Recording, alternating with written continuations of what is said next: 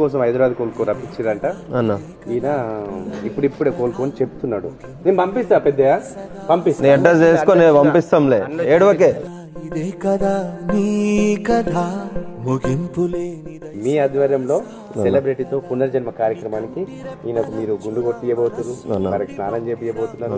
So మీరు తెచ్చిన కొత్త బట్టలు కూడా సో వీరికి వేసి ఇప్పుడు ఎలా ఉన్నాడు, తర్వాత ఎలా ఉన్నాడు. ఆయు ఉందిగా ఇంకెన్ని ముందు వేచనో అవన్నీ వెతుకుతూ. డిస్టర్బ్ కావద్దు, మేమందరం ఉన్నాం నీకు, సరేనా?